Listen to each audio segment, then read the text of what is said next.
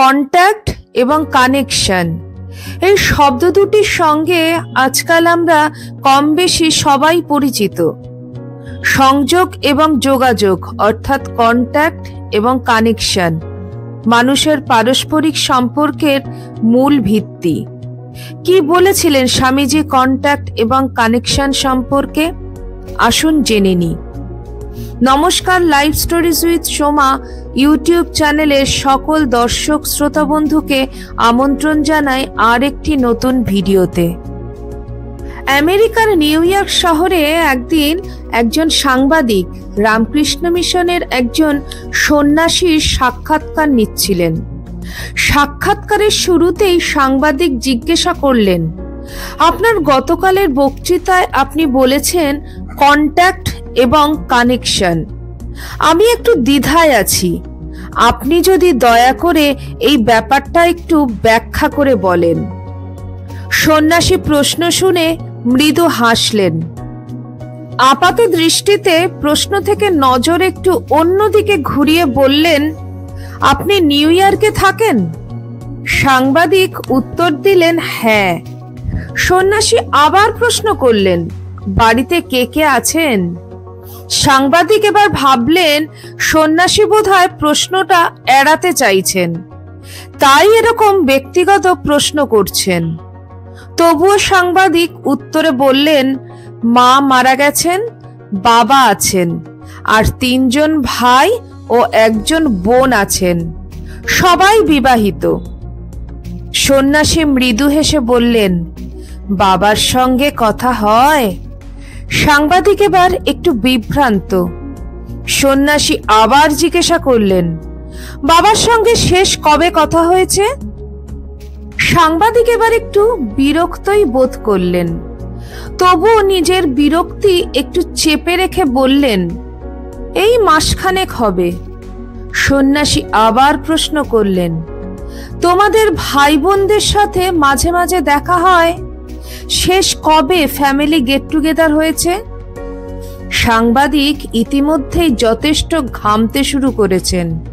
মনে হচ্ছিল যেন সন্ন্যাসী সাংবাদিকের সাক্ষাৎকার নিচ্ছেন। লজ্জিত মুখে সাংবাদিক উত্তর দিলেন, 2 বছর আগে ক্রিসমাসের সময়। সন্ন্যাসী এত সহজে ছাড়লেন না। তিনি আবারও প্রশ্ন করলেন, সবাই একসঙ্গে কতদিন কাটিয়েছিলেন? সাংবাদিকের উত্তর, 2 দিন। সন্ন্যাসী প্রশ্ন করলেন, বাবার পাশে বসেছিলেন কতক্ষণ? সাংবাদিক বিভ্রান্ত হয়ে তাকিয়ে রইলেন। সন্ন্যাসী ইতিমধ্যে বলে চলেছেন, আপনারা কি একসঙ্গে ব্রেকফাস্ট, লাঞ্চ, ডিনার করেছিলেন? উনি কেমন আছেন জিজ্ঞাসা করেছিলেন? মা মারা যাওয়ার পর উনি কিভাবে সময় কাটাচ্ছেন জিজ্ঞাসা করেছিলেন?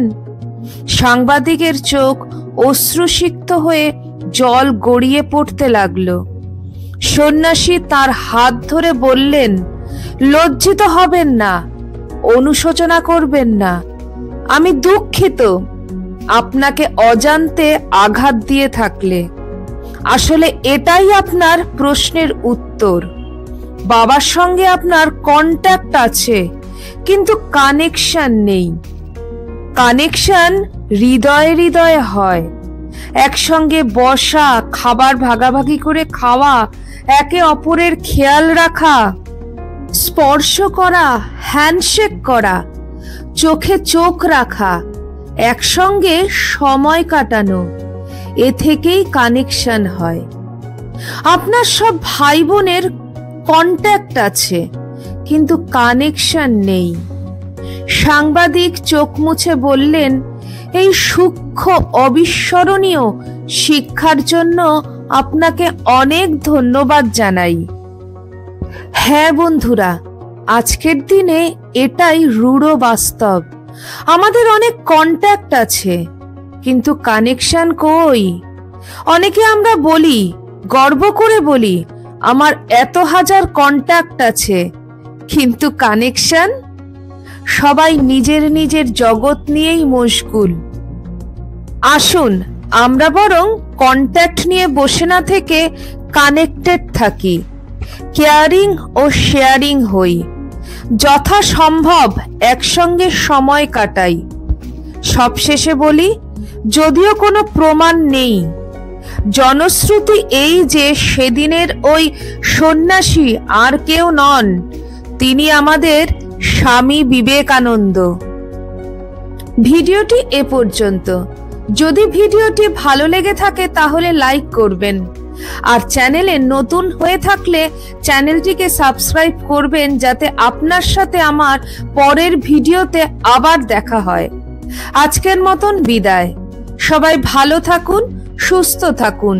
জয় ঠাকুর, জয় মা, জয় স্বামীজি।